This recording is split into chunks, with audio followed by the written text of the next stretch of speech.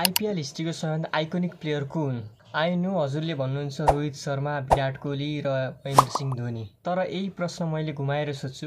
ल भन्नुहोस्, आइपिएल इतिहासको सबैभन्दा फरेनर आइकोनिक प्लेयर चाहिँ को हुन् त? यो भन्दा पनि हजुरले भन्नुहोला एबी डिभिलियर्स, क्रिस गेल र डेभिड वार्नर, जसको ब्याटिङले आइपिएललाई डोमिनेट गरेर आफ्नो टिमलाई धेरै माथि पुर्याएका छन्। भने बलिङमा लसित मालिङ्गा, ट्रेन्ट बोल्ट, रसिद खान जस्ता बलरले यो आइपिएलमा धेरै विकेट लिएर आफ्नो टिमलाई जिताउनमा ठुलो भूमिका निभाए। तर यी प्लेयर यस्ता हुन् जसको बलिङले त विकेट लिए नै लिए भने ब्याटिङमा पनि उत्तिकै महत्त्वपूर्ण प्रदर्शन देखाएर टिमलाई माथि पुर्याउनमा ठुलो योगदान दिए, जसले गर्दा यिनलाई आइपिएलको गोट प्लेयर भनेर पनि भनिन्छ। जसको मिस्ट्री स्पिन सामना गर्दा पनि म्याथको इक्वेसन सल्भ गर्नु बराबर जस्तै हुन्छ। जब जब रोहित शर्मा यिनको अगाडि आउँथे तब तब यिनी टार्गेटमा हुन्थे। जहाँ अरू प्लेयरहरू 35 वर्षको उमेरमा रिटायर हुन्छन् भने यी प्लेयरको चाहिँ आइपिएलको पिक पर्फर्मेन्स 35 वर्षदेखि सुरु भयो।